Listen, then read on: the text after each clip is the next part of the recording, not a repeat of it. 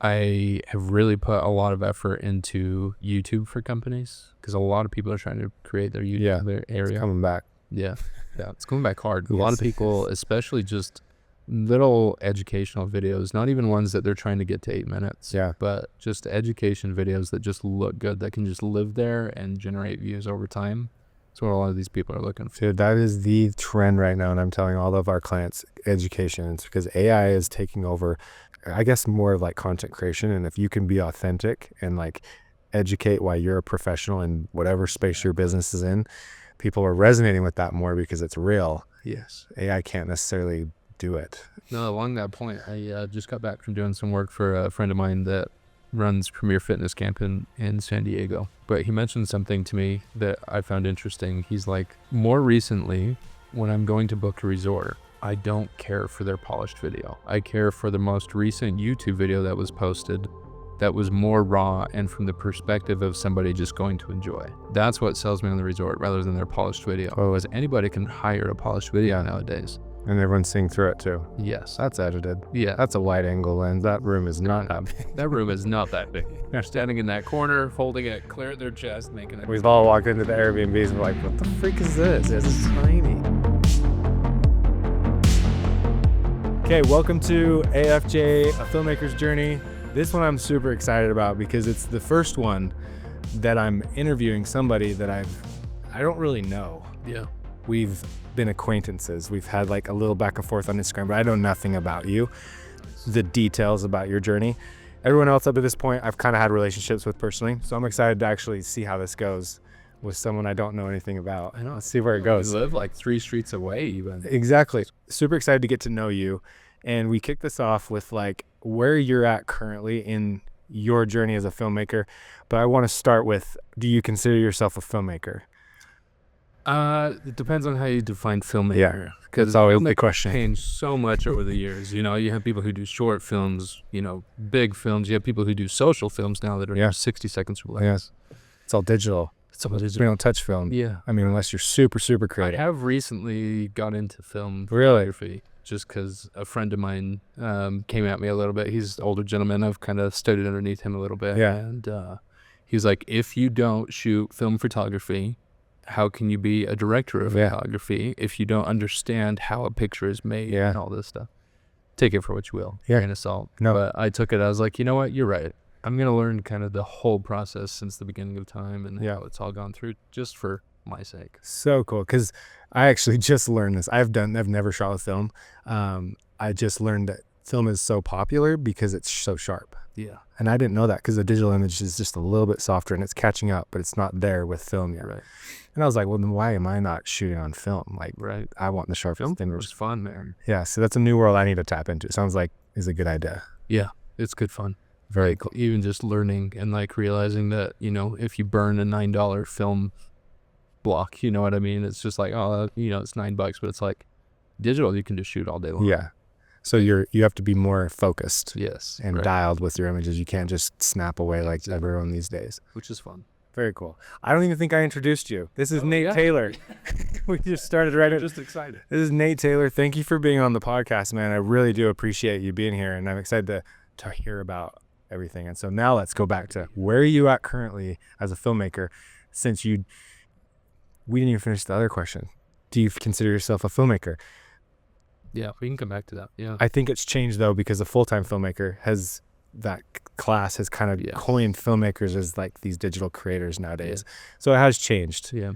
Which I don't think is a bad thing. Not at all. I don't think it's a bad thing. And, you know, I'm going to take it even a step further. And I've done a lot of work recently with Kyle Nutt, and we can talk about that a little bit in the future. But we've really broken down how to create a cinematic film in 60 seconds.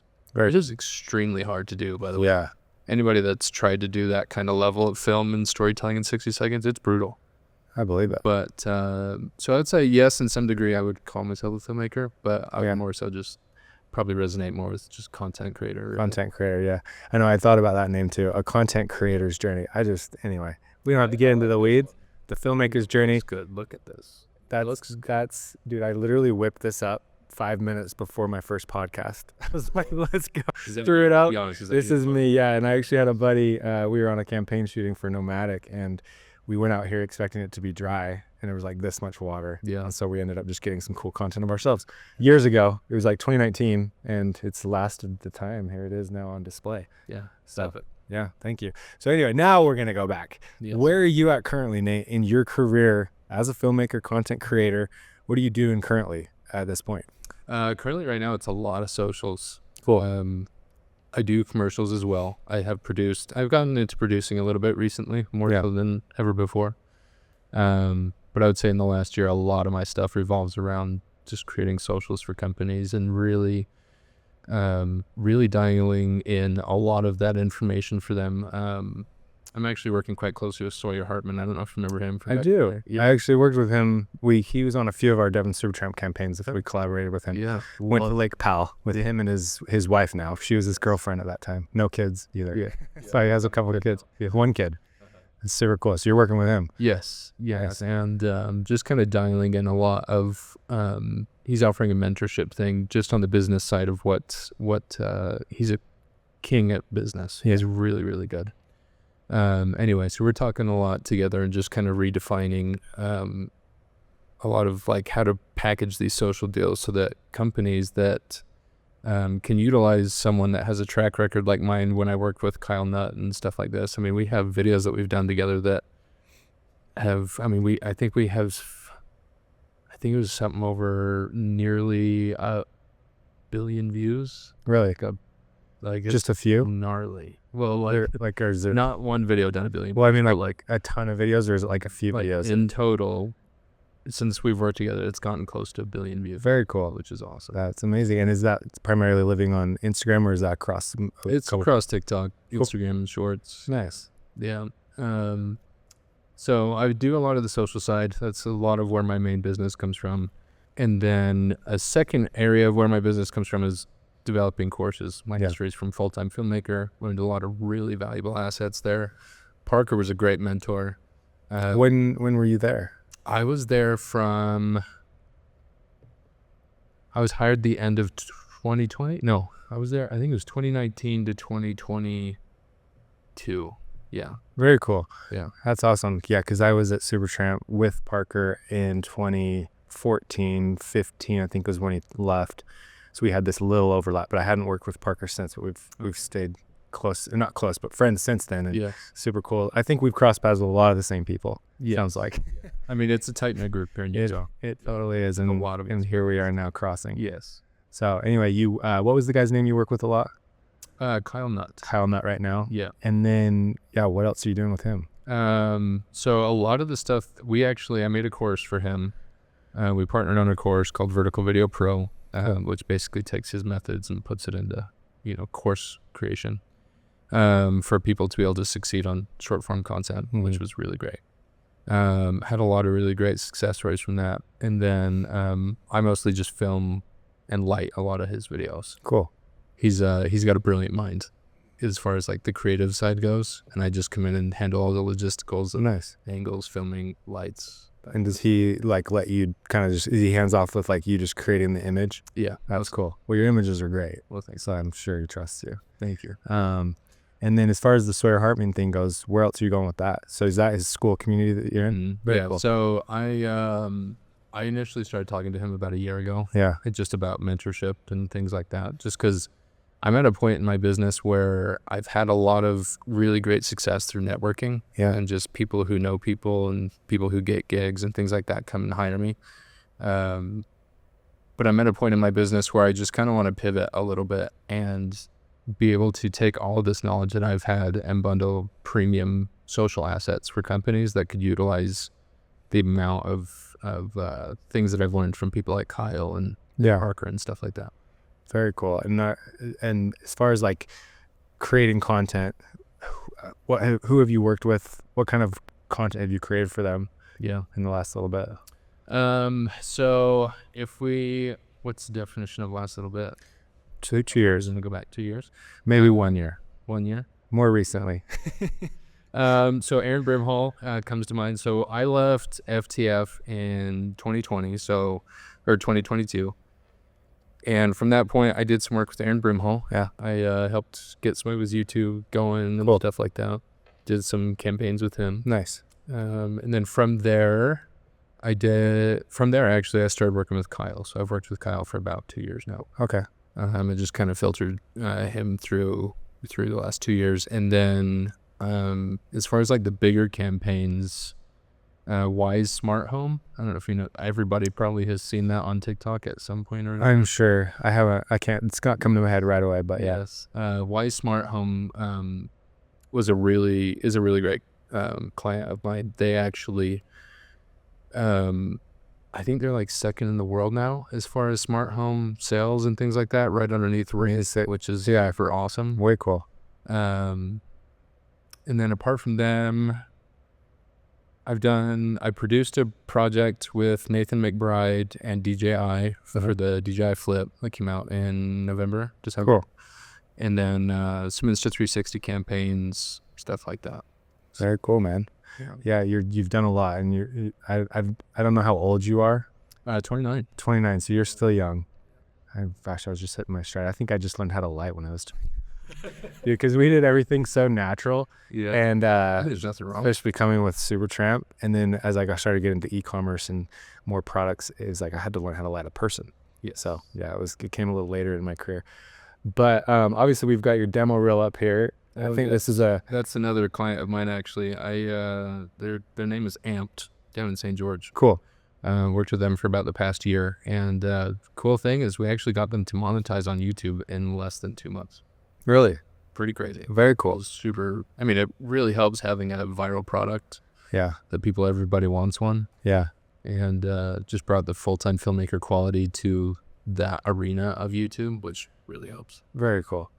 Awesome, man. Well, I think this is a good time to shift gears a little bit into the journey. Yeah. I'm curious to hear back to the beginning Yes. of when you were sparked to be a content creator, or if it kind of started as like a movie director, or like there's so many different ways people get to where you're at now. Where did it start for you? Yeah. I did journalism in high school, Oh, nice. Where did you go to high school? Maple Mountain, Nice. and really great high school. I met Jackson Averett briefly, if you know who Jackson yeah. is. He works with Mitch. Yeah. Worked. Worked. Yeah. He does like saunas now and stuff. Yeah. I've seen his stuff. So I went to high school with that kind of group. Nice. Really great people there. Did journalism, yearbook. Really loved just creating assets for people to enjoy. Yeah. However, my parents didn't necessarily love that route for me. They wanted me to go into a career that really had a lot of safeguards to it. Yeah. So I picked pharmacy. Really? And Super cool. was a pharmacy tech for a couple years, and then I got married. And when I've been married for about 8 months, and I brought up to my wife that I was just like, listen, I hate pharmacy. Like, especially knowing who you are now. Yeah. Of course you did. Anybody that's worked in pharmacy knows one of the worst things about that job is you get phone calls from old ladies screaming at you because they couldn't refill their medication. Yeah. It's not even our deal. We Yeah. refill it. Yeah. Anyway, so I would come home with stories day after day, and just it was gnarly to deal with that on a day to day. And so I came home, told her these stories, and I was just like, I would love to see if there is even a world where I can make money with the camera. Yeah. And we were broke, dude. Like, I mean, most people are when they're first married. We had nothing. We were living in a studio apartment in the basement of some old lady in Springville. So why were you asking that question? Was it because you thought back to your journalism days and you're like, I just loved that? Yeah. Yeah. I thought back to journalism, and it was just the beginning of like the YouTube filmmaker start. Like, I think I'm trying to remember when Devin Supertramp's first video was. Yeah, it was like 2010. Well, Okay. that's when it started to kind of go up, and there was like 2012. That I saw. Was it the Moab one on the Corona Arch? Yeah. Because like, dude, you're talking, I was obsessed with Devin Supertramp. Like it's awesome I ended up working for him, because it was like he shaped so much of what I did in my career. Yeah. It sounds like you're watching him as well. Yeah. Oh, dude, I tuned into him and Casey Neistat. Same. I think I've seen Casey Neistat's like vlog series like twice. Nice. Incredible filmmaker. He's so good. The story, I mean, he's all about storytelling. Yeah. And he's so good at it. And dude, I did some vlogs and I'm just like, he has a freaking story arc in every one of his vlogs. And he like pre-production, like, but it's so much of he's just innately good at telling stories as he goes. And that's, I mean, obviously he's had success with it. So it's cool. Well deserved. Yes, absolutely. Well deserved. Anyway, going back, I had recently started getting into Devin Superstramp stuff. This was, I mean, he'd been posting for 5 years probably at this point, but I really started diving into it. This was 2016 when I was really looking at like what it would take to make money. Mm-hmm. And it was 2 months before I even brought this up to my wife that I was like, I want to try this because I'm seeing other people do it and I know that I can do it. Yeah. Because of how much I hate pharmacy. Yeah. You know, there has to be a world where I can make money doing something that I like or love and not have to deal with people screaming at me on the phone for medication. Totally. And so thought about it for 2 months, came up with a good plan, planted some like really early seeds in people's minds of I would love to film their wedding. Things like that, right? Yeah. Oh yeah. Before I even owned a camera. Yeah. And so I told my wife that I wanted to make a change, and being the loving, supportive woman that she is, she went and grabbed the rest of our money that we had from the wedding, which was like $800. Yeah. And then that next day we went and bought a Canon 77D and a used 18 to 35 millimeter Sigma. Heck yeah. Yeah.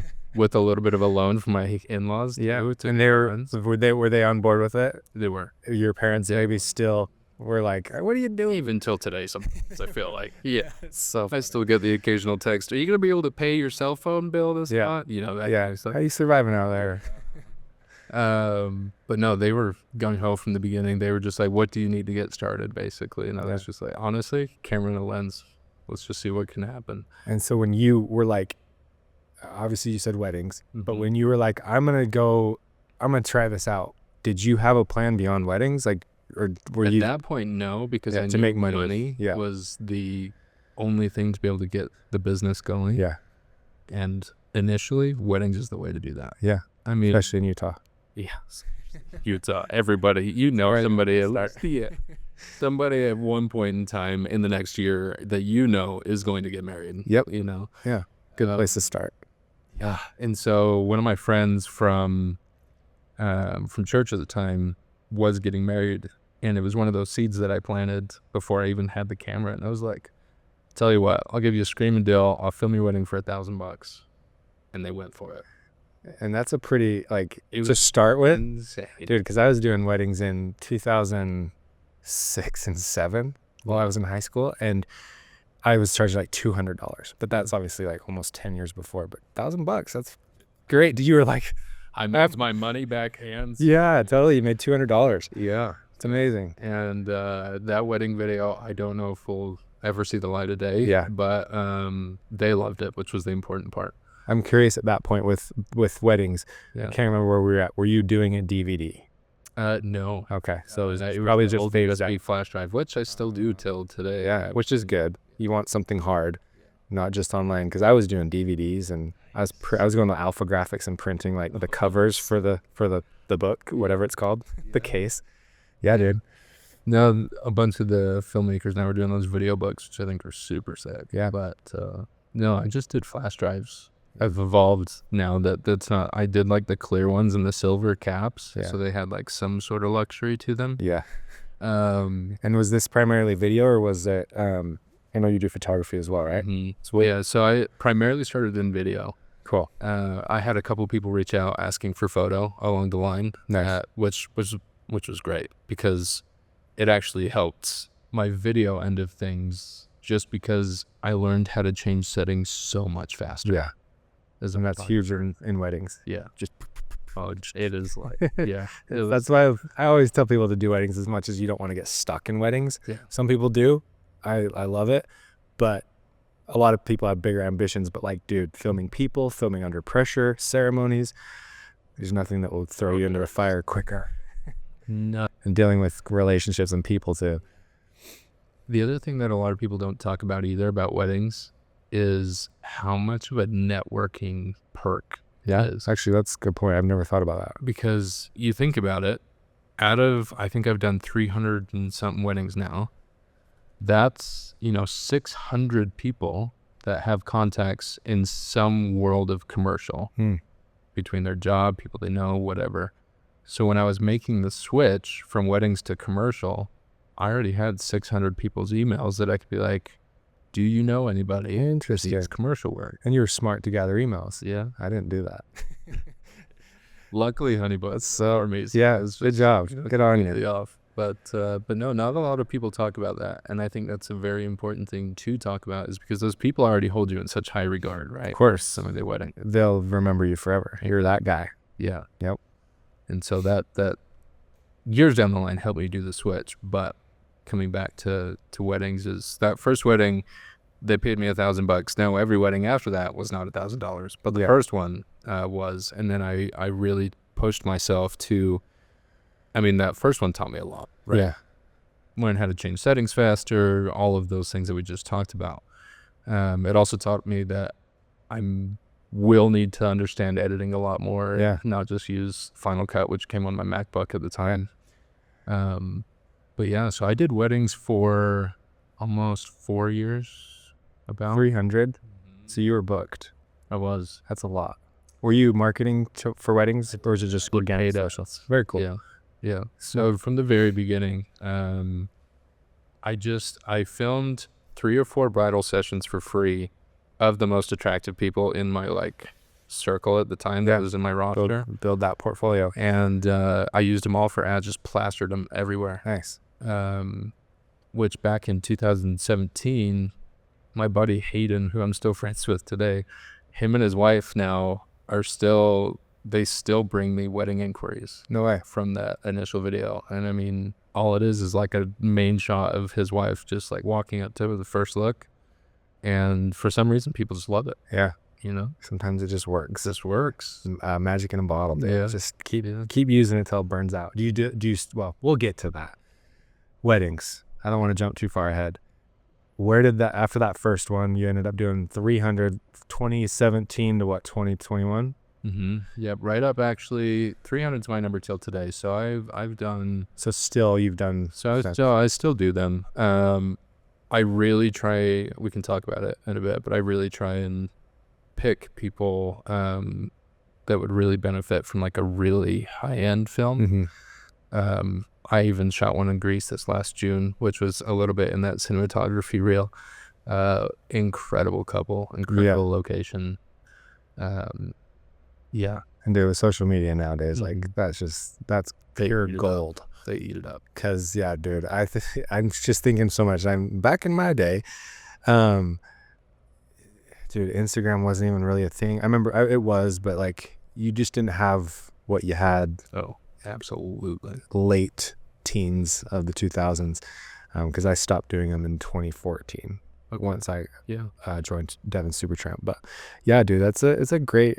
Ben does a ton of weddings over here, so I'm sure he's eating this up. And his wife do great work. Here's the crazy part though. Back in 2017, when we would run ads, it was $35 for a ton of impressions. Yeah. Today, $35 won't get you anything. Yep.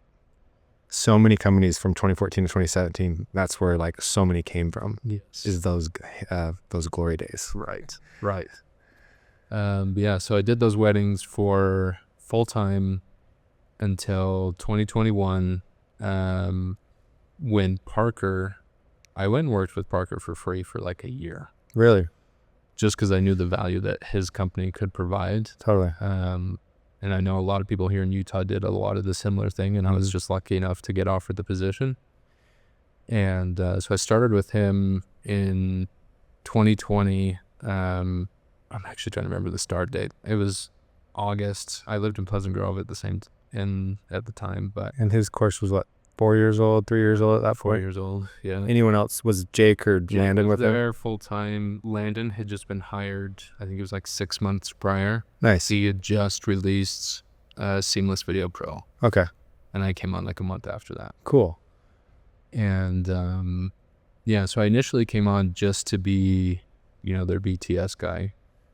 and their BTS guy, it was great, but I wanted to do what Jake and Landon did. And so I created Parker a handful of like talking head videos and whatnot. And Carter Hogan, you probably know Carter. Dude, I talk to him still to this day. Oh, that's amazing. I love that guy. I'll talk to him in a minute. I forgot, because he would have been there too. Yeah.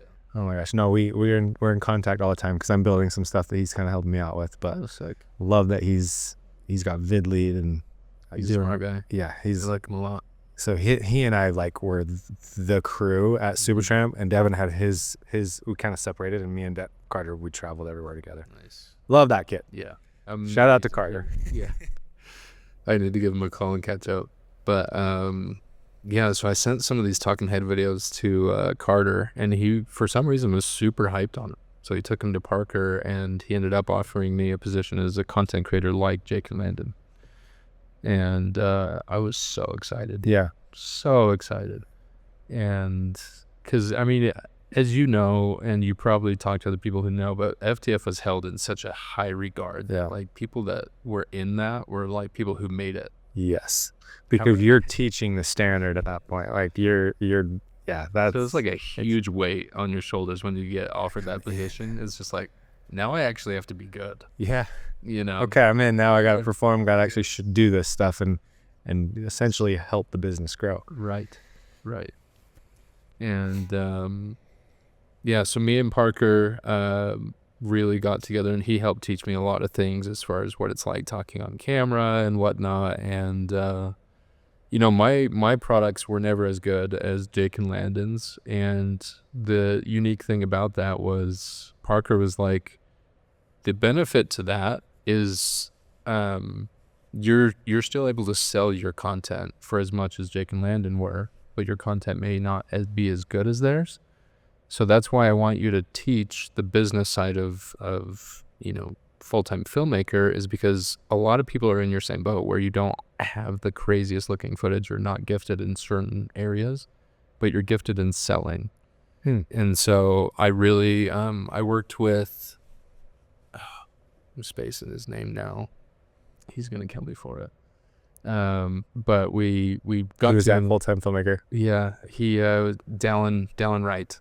There we go. Okay, I never met Dallin. Maybe he's knew Parker down at SUU. Okay, it's probably like you like we've probably seen each other on social media. I guess. Yeah, if I saw him, I'd recognize him. Yeah, he was down at SUU. He helped Parker with like all of his like music stuff and the comedy and whatnot. And anyway, so I worked with him on the business side of the full-time filmmaker thing, and yeah, I got so many awesome experiences at FTF though. We got to work with Hyundai, LG. I mean, it was really great. I did a photo course with them. I would completely redo it now because I was still very young at that point. Yeah, I've learned so many new things. But I'm super curious though. I want to come back just a little bit. Yeah. Your point about not being as good as Landon and Jake and being more good at business. Talk to that a little bit. Like, what do you mean by that? And have people kind of have an innate ability to create great content, but then you have an innate ability to be better at business. Because I've found that similarly, I'm like kind of got a knack for business, and like but I still love to create. So I'm really curious about what you mean by that. Yeah. So basically what I mean by that is you're going to have two types of content creators. People who can have their content sell itself. Then you're going to have a person who can still create great content, but it's just not going to be seen by the millions. Yeah. But it doesn't always need to be seen by the millions for small businesses. Yeah. If you can sell them a video package that actually serves them and their small community and is quality enough that doesn't need to go absolutely viral, and you can sell that to 10 different companies, you'll more often make more than the guy who can sell the one video that sells itself. And what is it that you understand that is selling the Landon and Jake type videos or Parker's videos themselves? It's so hard because I feel like the people, like when you think of Parker, you hire him for a very specific style. Yeah. Vibrant, slow moving. I shouldn't say slow moving, but he's really good. A little more slow motion. Yeah. The slow motion, the emotional, I mean, I come back to his Thailand video. Yeah. That Thailand video is Parker Wallback for me. It is epic. That's it. He has his stamp on it for sure. Yes. Yeah. And so that's what I imagine if I wanted to hire somebody to shoot a video like that, I immediately think of Parker. Yeah. So it left an impression on me. Yep. When I think of Landon, I think of those seamless video transitions that he did because he was so good at them. Yep. I don't know anybody else that was as good at that than him. And so when I say those videos that sell themselves, you're good. When I say they're sexy, yeah, that's the word. They leave an impression on something. Yes. Right. And so when it's these businesses or these clients that when they watch these videos, they get an impression from it. And so they'll resonate that video or photo or whatever they saw, that sold itself because that person, anytime they need a service or a video that looks similar to that, they're going to come to that creator. Yeah. Now, and so that's probably what I would say. Dude, I relate with exactly what you're saying. I feel like I'm doing exactly what you're talking about with the business side of things and like being able to just package things and create essentially for the company in their style. So it's I always pitch to the brand. I'm like, you can go hire these companies or these creators, but it's gonna feel like it's their content, and that's great for them. Right. But my whole model has been the in-house type, like hire us and you're gonna strengthen your brand. And when people see your content, they're gonna say, "Oh, that's Nomadic's content." Exactly. And I kind of found that through Nomadic because everyone was like, obviously it had my taste to it and my flavor, but then it became Nomadic's content. And then each company we've created for, it's like, oh, that's that company's content. So I think, yeah, I hear you now. Right there. Yes. Cool. Yeah. And so that's kind of where I found is like, I don't necessarily think I have a very specialized style. I think I can curate content so that companies appear to have a specialized style. Yeah. For example, that Amped client that I've got. Yeah. And their YouTube. There's nobody that really contests them as of right now for that quality of content in that niche of that side of YouTube. I feel like I was able to bring them to that, and that's why I'm able to, charge that kind of money for that kind of, I don't know what the word I'm trying to say is, but the kind of video. Yeah. Kind of style. Kind of the content. That's super cool. And so did you do strictly weddings for those 4 years? Strictly. Really? And obviously you were very busy. What is that? I think I was home exclusively Monday, Tuesday, and sometimes Wednesday. Yeah. Oh, and every weekend, of course, you're booked because that's when the weddings are happening.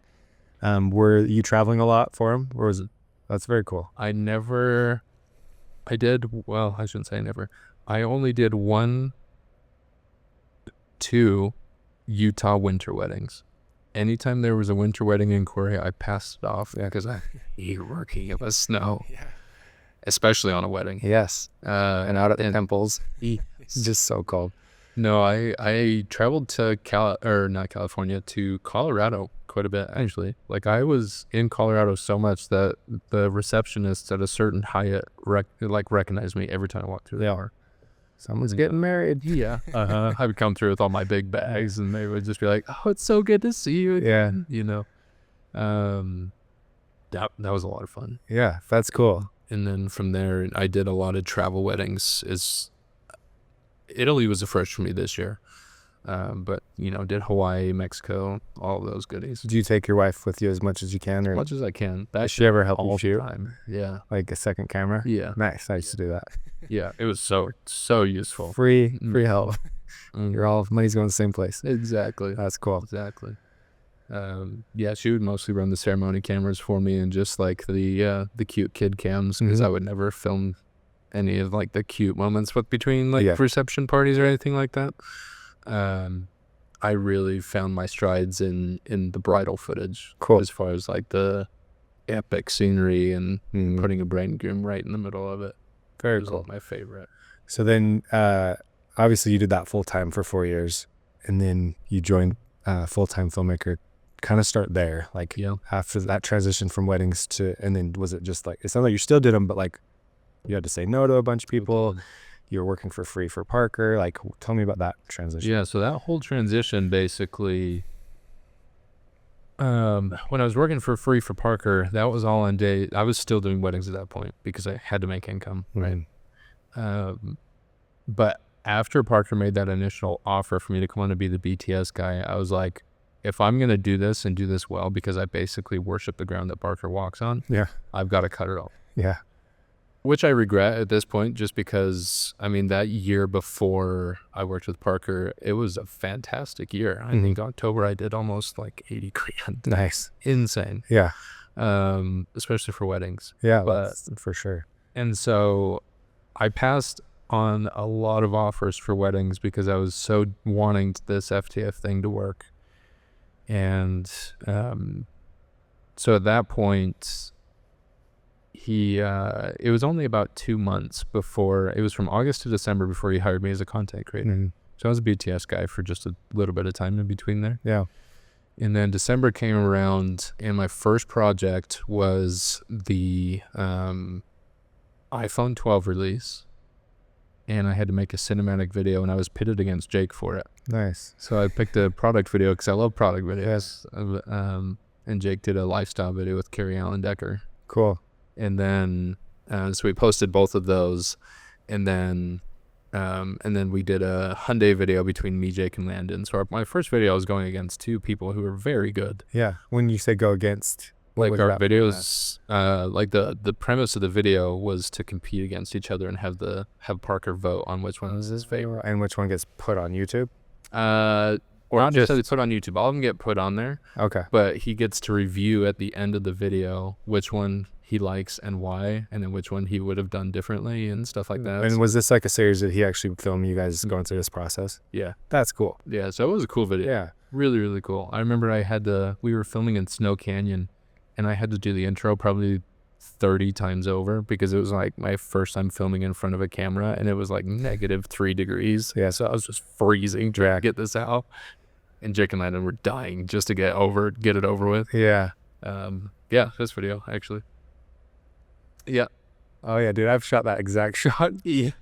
That's so funny. I'm pretty sure he got a little bit. Yeah, look how baby I was, dude. Oh, my gosh. Yeah, I didn't even recognize you. Like, you look so young. Oh, yeah. That was when I was shooting the R5. I had just bought it that year, and it was, like, hyped on it. And, yeah, such a baby. Dude, I've totally seen you. You just look different now. Oh, yeah. You look grown up. I got the scruff. Scruff. I know that, dude. I look like a baby going on. Oh, yeah. That happens. Yeah. So this was like the first video I got put against them, and yeah,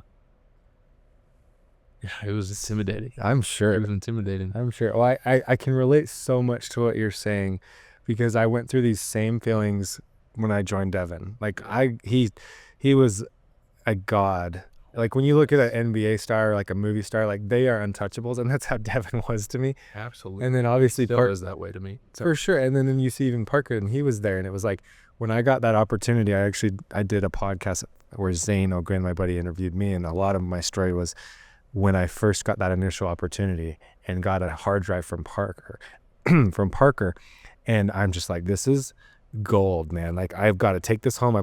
This footage is gonna change my life. Yeah. And I just went and did my thing. So and then getting the opportunities and trying to hustle and like quitting my job, dude. It's like so similar to you, and it's so interesting to hear you talk about it. It's just like another stage of filmmaking. Yeah.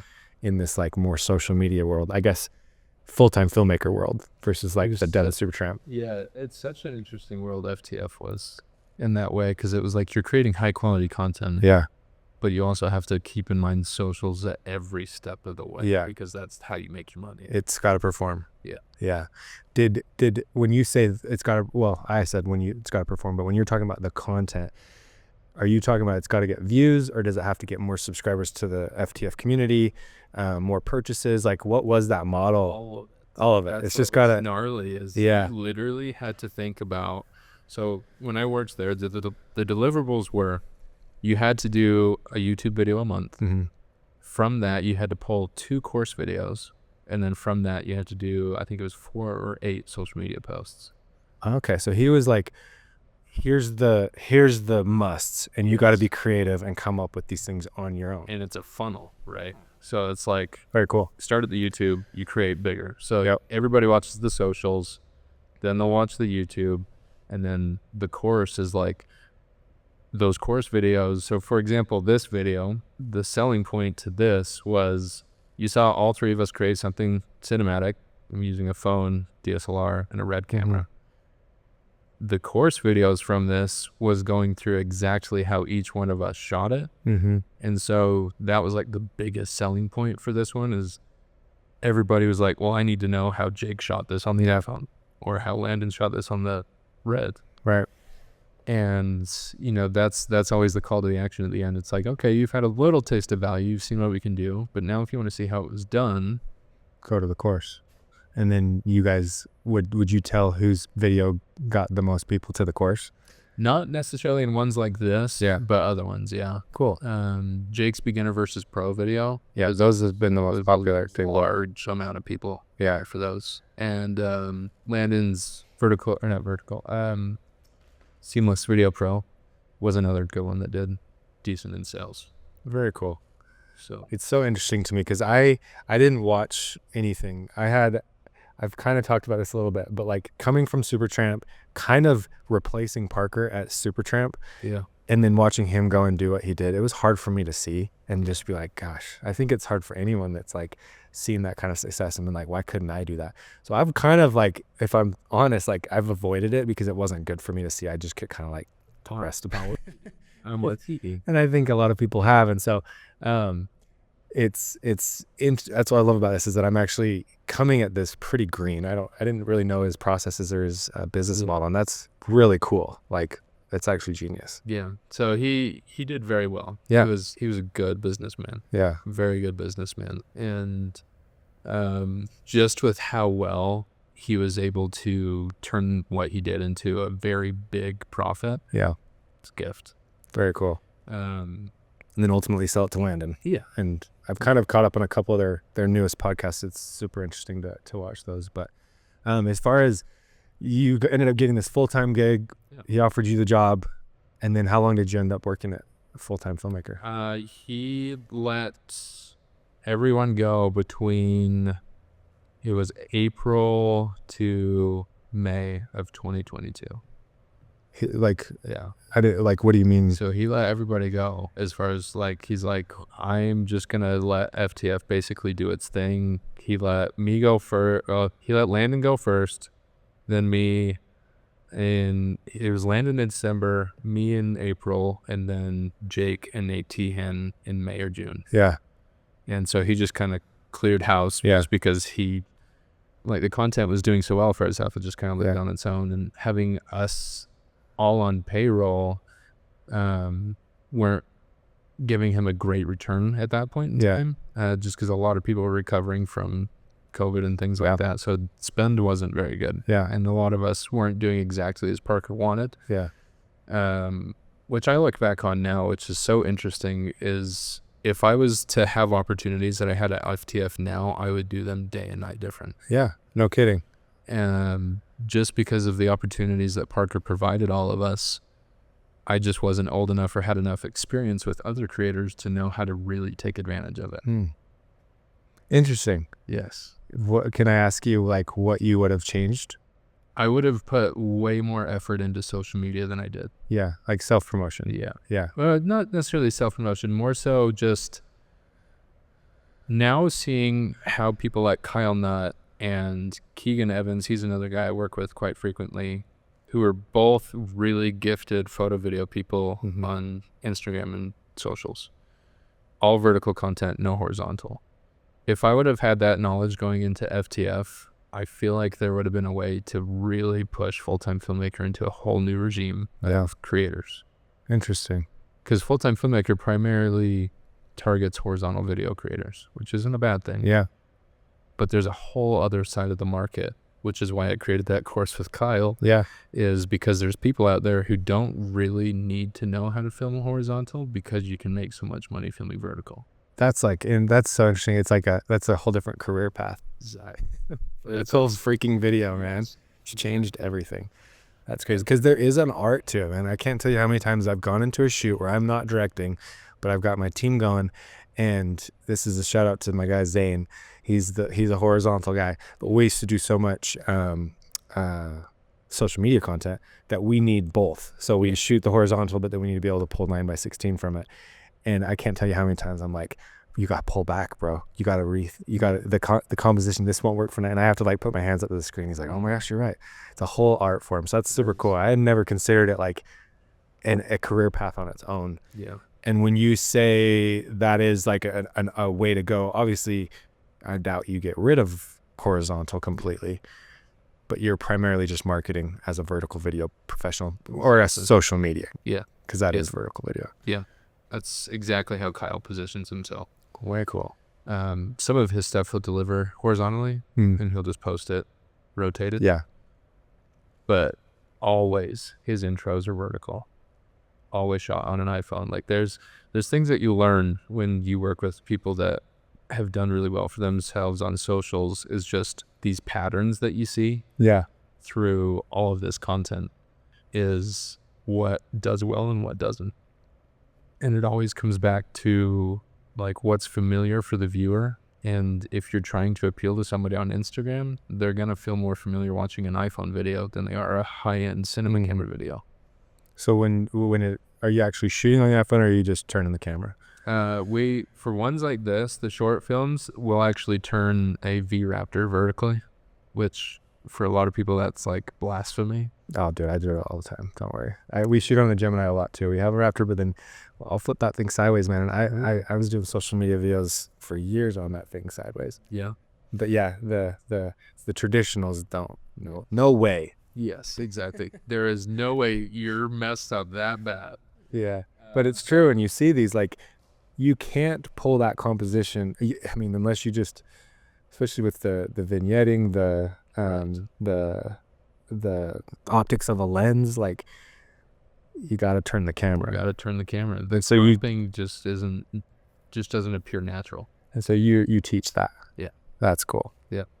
Amazing. So all of this we shot on V-Raptor, but a lot of his social media posts, like if you go back and look at his anything that he does commercially for like Peak Design, any of like these other companies, or even like Ralph Lauren, that was delivered horizontally, but the intro to that was shot on an iPhone in his basement as we were shooting like studio stuff. And that's what leads to those performing so well, is just people just know that when it's an iPhone clip, it really helps drive that familiarity home. And then when it switches to the high-end stuff, they're just like, oh, wow, this is actually so much better. But it's maybe not so much better. It's just that the contrast is... Exactly, and it's familiar in that initial hook, and then they get sucked because it's awesome. Yes, right. Yeah, so this one, for example, you always start, with the iPhone stuff. It's familiar. It's low quality. So that's how that's in your videos. Wait, no, is he on the left? He's on the right. I'm on the left. Oh, gotcha. Yeah, in the hat. So all of these are just done on the iPhone, and then once that quality switch happens, that's like that's what keeps people watching to the end, right? Interesting. So there's a whole science to it for sure. This video was actually so brutal. We made such a mess. I can't tell you how many times I've shot with powder and liquids like that. Yes, right. It's insane. So, we actually did one shoot for Nomadic where the messiest shoot I've ever done. We hung up bags in outside pitch black, so we had just pure darkness. Yeah. Blasted a bunch of lights, shot on the Phantom, and then we had buckets of paint that we would just throw at the bags and just let it splatter. I think I've seen this video. And it ended I posted a bunch of behind the scenes or shots, because there's been times where there's one time where the paint, because there's two guys, and he completely missed the bag and it landed right in two founders landed right into his mouth, because he's like, and it just, so there's a shot that I used, I think, in my demo reel years ago that John's got a mouthful of paint, but nothing like getting creative and making messes. Oh yeah, especially with filming those slow motion cameras. Yeah. That was probably one of the biggest projects that me and Parker battled the most on, because we had the Freefly Wave. I don't know if you've ever shot on that. I haven't used that. Horrible camera. And it's like a Phantom's type. It's like a cheap man's Phantom. Okay. Cheap being 10 grand. So you have expensive. Yeah. Cheaper than the Phantom. Yeah. Yeah. And, but it did like 1,000 frames per second, but it cropped down to like the really tight horizontal stuff. Yep. But yeah, we filmed a Wonder Boom commercial. That was like I think that was the almost was either the second to last or last project we did together before he let everybody go. But that project was brutal. I mean, you know how much lighting you need to get those phantoms So and everything much light. exposed, dude. I had to wear sunglasses the whole Yeah. time because it's like the freaking sun inside the studio. Well, even the sensors back then weren't even what they are just 2 years later. Like the low light capabilities were insane, or not good compared to what they're getting to now. Yeah. But yeah, Coming back to FTF, I was so he let everybody go in 2022, and I had my baby at that time, and that same month I was let go, and I started with Brim Hall about 3 or 4 months after that point, so I was just home dead. did you work with Mike Larson? He's done stuff with Aaron. He's a photographer. I know Tyson Black. Okay, I haven't met him. I don't know Tyson Black or Spencer. I can't remember Spencer's last name. Terrible with names. So I'm great with faces. I feel you. Names are the hardest. So then you worked with Aaron, who I saw his stuff when I was at Nomadic. Like I kept seeing his stuff off, and his style is incredible. He's a very awesome photographer. And what did you do with him? A lot of it is YouTube. So we did 3 YouTube together and 2 campaigns. And one of those campaigns was for an e-bike company down in Moab. But the biggest things that we did together was those YouTube videos. One of them was sponsored by Nomadic. Cool. Actually. So it was his the must-need camera bag for 2023, I think. It was a Peter McKinnon bag. Was that in like 2022? Yeah, actually, 2022. Okay, I wasn't there. That's why. We actually brought them back on as a client like 2 years ago. Okay, yeah. My guy Braden Powell is doing all their content now, but he, I didn't. Yeah, so there was like 2 years. Right. That's why I was trying to figure out if that was when I was there or not. But it sounds like when I wasn't part of Nomadic. So that's super cool. Yeah. So I did 3 YouTube videos with him, and I think 2 of them are actually still his highest performing videos, which is sick. Very cool. What kind of videos were there? Just educational based. I think the biggest one was like 7 things you need to know about automotive photography. Shot with a guy named Mike from Salt Lake. Has some really awesome cars. Has the red Porsche Safari, if you've ever seen that one. The red and white one. All over Instagram. Then I'm living under a rock. I probably have seen it, and I'm not a car guy. Yeah, that's okay. And then his other one was that Nomadic video. Oh, cool. And then from there, actually, there was a symbiotic relationship that started because I was with Aaron at the time, and I saw a video that Kyle had posted down in St. George, and I literally sent him a DM, and I was like, there is no way you're in St. George, Utah, because who goes to St. George if you're not know somebody or been there, lived there, whatever. Yeah. It's pretty hidden. Yes. I feel like. And he writes back and he's like, no, my fiance's from there. And I was just like, oh, that's sick. Well, next time you're in town, let's, create a video. Yeah. And he goes, actually, I'm coming next month to film an Insta360 and an FPV video. And so I said, let's hop on a call. So he calls me I have no reason. I've never talked to him outside of Instagram, but he calls me and I'm just like, listen, I'll produce the video for you. I'll get Aaron to come ride motorbikes. You show up with your Insta360 and I'll find an FPV pilot. Basically because I wanted to position myself to work with Kyle, right? Yeah. So I really buttered him up for this video, and it turned out to be like one of his biggest videos on his Instagram and YouTube because he did a horizontal video for it. And after that, he was just like, I need you to come film for me. Mm-hmm. And he ended up actually moving from Florida to Utah so that I would help him film. Way cool. Insane. Yeah. Love the dude. I don't know why he would do that for me, but he did a solid value. Yeah, it was the best. That's cool. So when you were working with Aaron and then now Kyle, is this like you're running your own business? Are they contracting you? You're not full time with them. Yeah. Cool. So you're still doing weddings and projects that come your way. I haven't had a W-2 in ages. Yeah, and you have no plans of having one. Yeah. At this point. No. I feel you. Yeah. 1099 is where it's at. Although taxes are terrible, but taxes suck. But there's a lot of tricks that you can figure out along the way, for sure. So then we're kind of currently where you're at. Mm-hmm. and you have a kid, you have a family. I do. Can you tell me a little bit about your family dynamic with filmmaking right now? Yeah.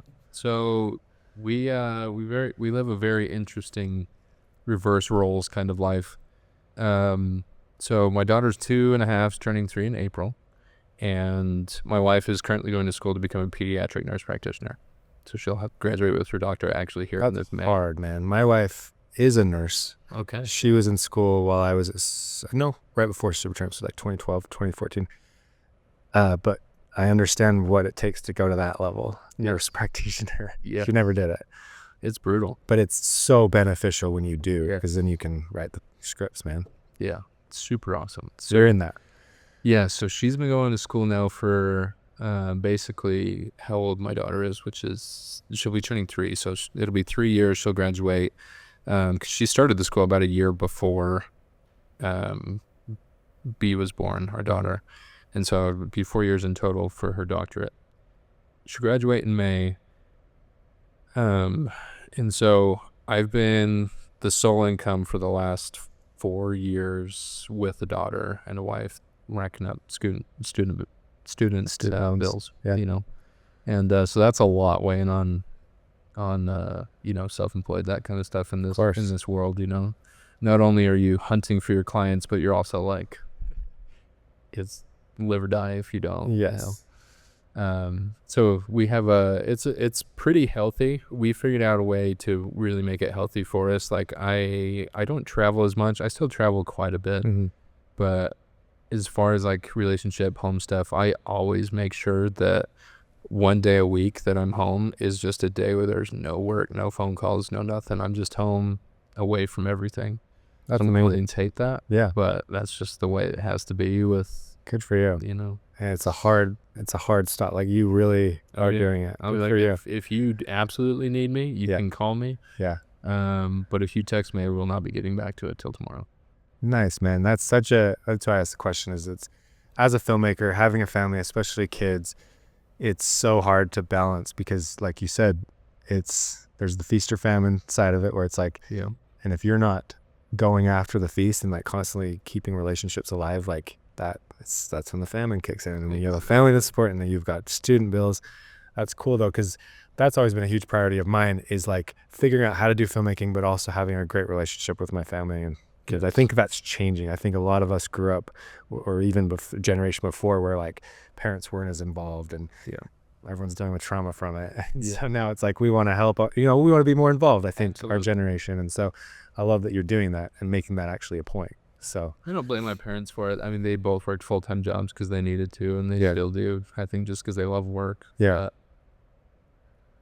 No, it was one of those things that I wanted to be able to have a completely uninterrupted time where I could be to as many events as possible. Yeah. And just always be there. Especially as she gets older and starts to have dance recitals. Yes. The sports and all that. Yeah. My oldest is 8, and it's like that's when they start to remember how often you're around. And so I'm just starting that. Even though I've been around, it's like he's not going to remember much. Now I've got to really be present.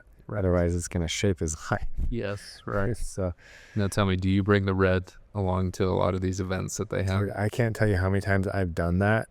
Way like early days, like when my oldest was 1 to 2 to 3. I would take Devin's red and I would shoot things all the time. Yeah. And then we have then I had my DSLRs. The DSLR though, dude, I shot everything and all the stuff. It's been interesting now. I shoot on my phone. Like it's so hard to take a DSLR anywhere now.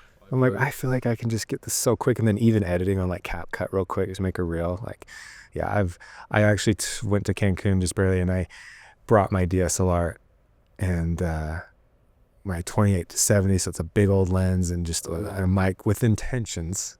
Didn't pull it out once. I just took everything on my phone. So, yeah, it's changing. I know we're kind of going off edge here, but have you shot with the Polar Pro thing that has the ND for the iPhone? No.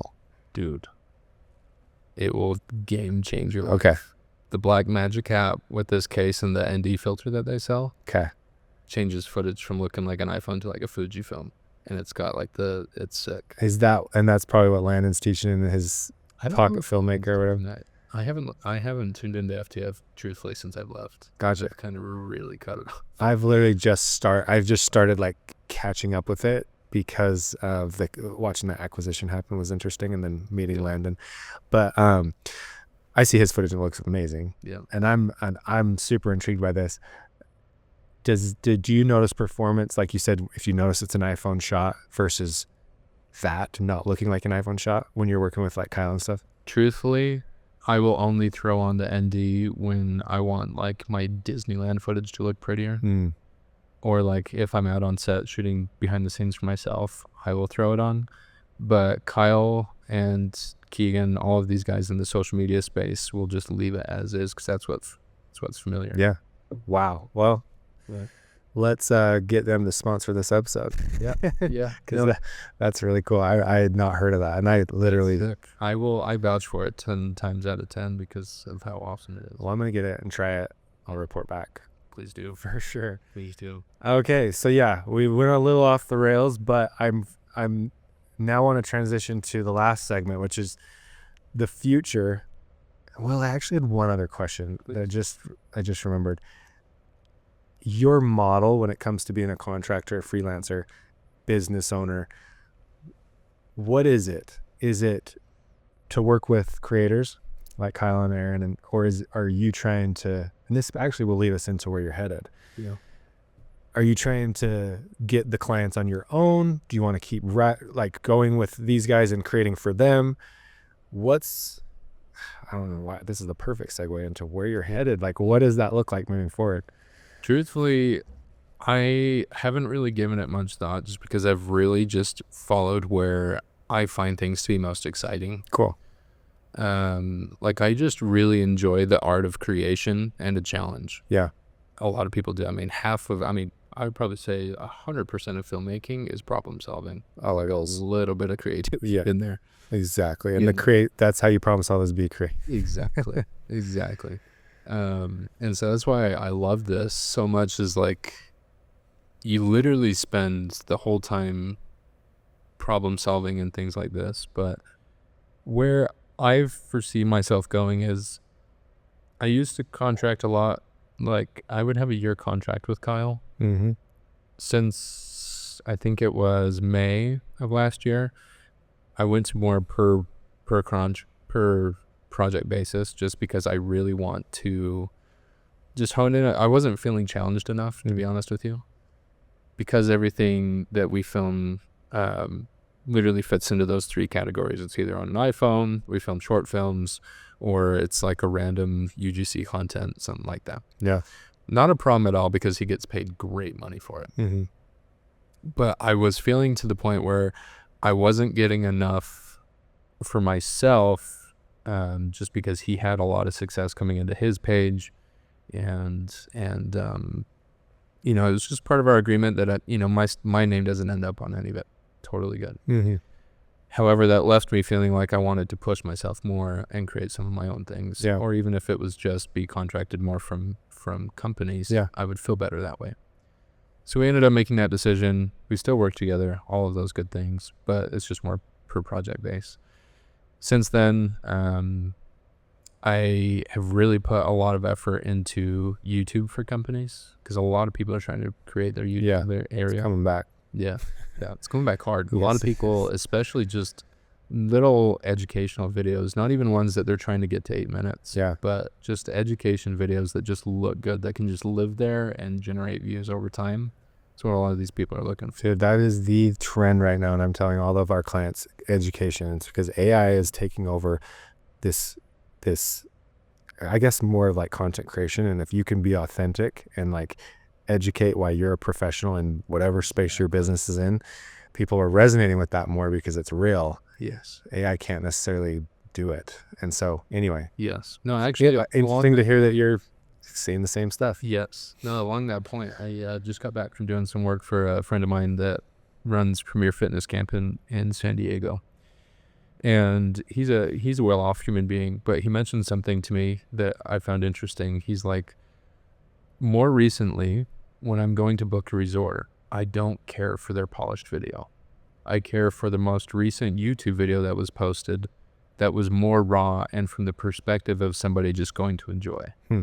That's what sells me on the resort rather than their polished video. Otherwise, anybody can hire a polished video nowadays. And everyone's seeing through it too. Yes. That's edited. Yeah. That's a wide angle lens. That room is not that big. That room is not that big. They're standing in that corner, holding it, clearing their chest, making it. We've all walked into the Airbnbs and we're like, what the freak is this? This is tiny. Exactly. And so him saying that really got me thinking of how going forward, and that's where I've been talking to Sawyer, is I'm a big believer in mentors, right? People who are 10 steps ahead of me. If I can pay a little bit of money to shortcut my path to that point, I'm going to do it 10 times out of 10. Anyway, so I've been talking to him and formatting ways that we can appeal to those companies and those people like my client at PFC to create those more organic, raw feeling videos that will ultimately get them more sales, even though it doesn't look polished. And so that's kind of where I'm focusing in 2025, is just really looking at how we can create organic videos for companies that aren't necessarily polished, but still, let me back up. I want to create them organic videos, but then I also want to focus on their sales funnel and create the polished videos there. Because at some point they will find quality as an extra motivation to buy. Right. It's just that initial hook, what's familiar to people is that raw organic feel that things like AI and these big marketing videos can't accomplish anymore. It's the whole reason I think actually Doritos did a creator competition this year for the Super Bowl, if you saw that. Yep, I did. I think that's the exact reason, is because they obviously have the money to pay these big studios to create these videos, but also the camaraderie of having a creator create it and make it more familiar and like a community base. So smart. Huge hitter. And everybody latched onto it. Exactly. I saw the video that won. It was so cool. Yeah. So unique. Yeah. That's interesting, man. I'm learning a ton from you. And that's what's been it's been cool to actually to hear your perspective on everything. And you have a great mind. I can just tell talking to you, like, and that's what intrigues me about the business side of your mind. So let's touch on that real quick. Yeah. How much of the business side versus the creator side, what do you lean into the most? More recently, it's kind of interesting. So let me give some perspective on that AMPS channel. They initially brought me in just to run the YouTube side of things. The business appeal to it was, I know it'll get you more sales because it's raw, organic, and educational. And there's a huge huge aspect of your niche that's missing on YouTube. You have a great platform to start. It's a no-brainer for you. That was my sale to them. And then after we started creating with them, their ads company found all of these additional video assets to be super useful, and their sales went up, which was basically what I told them was going to happen, which was great on my end because it just gave me great credibility. More recently, they've been wanting to have me step into more of a creative role on managing like the socials, just the overall brand appearance. Because of how well the YouTube is done, they want Instagram to look that way. They want their TikTok to look that way. They want it across the board, all similar. And so that's happening quite a bit. And it's happening with the PFC guy too, is I've only created him polished videos and like testimonials and stuff. But now he's like, what is it going to take for you to come in and just create Instagram content that my social manager guy can just post? It's the same thing. And so I really just try to get them sold on the business and sales and the ROI first, and then bring in the creative at the end because of all the patterns I've learned with Kyle and these guys. Very cool, because obviously they're spending money, they want a return. Anyone that's smart in business knows that's the way to go. So you're hooking them with the sale, bringing in the creative at the end. Right.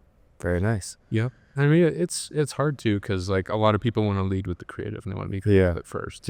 But truthfully, I would stake my reputation on it. If you want to make it, you have to get good at selling your videos and what it's going to do for the customer. Because Very cool. at this point, a lot of companies have hired a videographer that's probably just delivered them a video and peaced out. Yeah. But if you can deliver them a video and tell them how to use it to get sales, you'll have a client for life. Yep. And that is so much of what I'm trying to teach is the long-term relationships, because as filmmakers, it's that feast famine. It's like, what's next, but building those relationships with these companies, those creators, that you're able to have these relationships for as long as possible, as long as they needed your help. Yep. That's sustainable. That's where it's at. So it sounds like you're heading in that direction. You're already doing it. This has been awesome. Last little bit is, there's probably someone that's going to hear this, that's listening to this, that wants to do exactly what you've done to get to this point. What would you tell them from beginning to end? What kind of advice would you give them? Yeah, it kind of depends on where they're at in their life or in their journey right now. But I would say really focus on creating videos for yourself that perform well. I would study people like Kyle, Keegan, these social media people that you follow. Don't copy their content, but just pay attention to the patterns. Yeah. If you can unlock those patterns and do it for yourself, there's your sales tactic. Mm-hmm. You know, there's me and Sway have been talking about this, but if somebody goes and pitches a company and I pitch them $4,500 and somebody else pitches them $2,500, and the guy comes to me and says, well, why are you $4,500? Mm-hmm. And I say, because I know I can get you the results. Mm-hmm. Here's why. Mm-hmm. I have videos on my page that have done well. I have videos on other people's pages that have done very well. And I have all of the information to back that up. The guy that's maybe charging $2,500 maybe has 1,000 or 2,000 followers. Not saying that that's a bad thing. Yeah. But saying that at that point, you have to be careful of what you're offering, because if you're going to tell a company you can make them go viral and you haven't gone viral yourself or provided that for another company and been able to track that, you will not be able to make a lot of money. You'll just be that guy who delivers the one video and disappears. It's building the credibility. Yes. The reputation. Yes. And it's funny you said that. I literally had a coaching session today where it was like, how do I get more clients? I'm like, okay, well, let's say you get the client. You're in the meeting and you're telling them, I'll do this content. And maybe you're not even selling that they'll get results. You're just, I'll do this content. And then if you haven't done that for yourself on your page, like they'll go see it and maybe they see great footage. They see a demo reel. They see your latest project. Right. But it's not going to perform well. Everyone's doing that. So I'm like, take that, the concept of the algorithm, the concept of what actually goes viral, look at these creators and actually go create this stuff for yourself. Yeah. And like you said, go viral, get content. And then, yes, you'll get a following and that's credibility. And then you're 90% more likely to close that client versus someone that charges less to do it. Right. So amazing advice. Yeah. And I mean, everybody's got to make the money at some point. So, I mean, that guy that's charging $2,500 isn't a bad thing. No. And you gotta do it. Yeah. Someone's got to start there. Yeah. And then they'll be the $4,500 eventually. Exactly. So it's all about building and grinding. The biggest advice is just don't kick yourself too much. Yeah. Because truthfully, this world's hard, and especially when you compare a lot. The world of comparison, dude. I was just about to say. It will kill you. Yeah. Do you? It's so much easier said than done. It is. Absolutely. Because it's necessary. You sit there and consume when you're, at home on the couch, on the toilet, whatever. Yep. You're consuming. Yep. You always compare yourself to somebody else. And anybody that tells me that they haven't compared, it's a lie. 100%. It's a lie. Even if when you get to what you think is ideal, yes, they're looking at, we used to see this with Devin a lot. We were like, we want to be Devin, and we're there watching him. And he's like, well, I want to be the guy that directed La La Land. I forget his name. I know who you're talking about. And then the one with about the moon landing. I forgot what that's called. Anyway, we were always like, but Dev, you're like there. Anyway, it's so interesting. You'll never not compare. So that's healthy. Great advice. Thank you for being on this. Thanks for having me, man. Like, it really turned out awesome. I really loved listening to you and just tapping into your mind, because it's interesting to talk to creatives, but then also people that really understand the business. So there's a lot of information in there. A lot of it's probably rambling too. So I feel like I was a student, Okay. which is cool. I felt like I was just honored in here, and so thanks for having me. Yeah, absolutely, man. Appreciate it. All right, that's the end of this episode. Do all the things. Comment if you've got questions. Make sure you go check out Nate's Instagram. Is that where you want to send people? That's Nate right. Taylor. Yeah, Nate Taylor Films. Yeah. Nate Taylor Films. He's got amazing content. You saw a little bit on the board. Go follow him. Appreciate it, man. Thank you. Been That's an it. honor. Cool.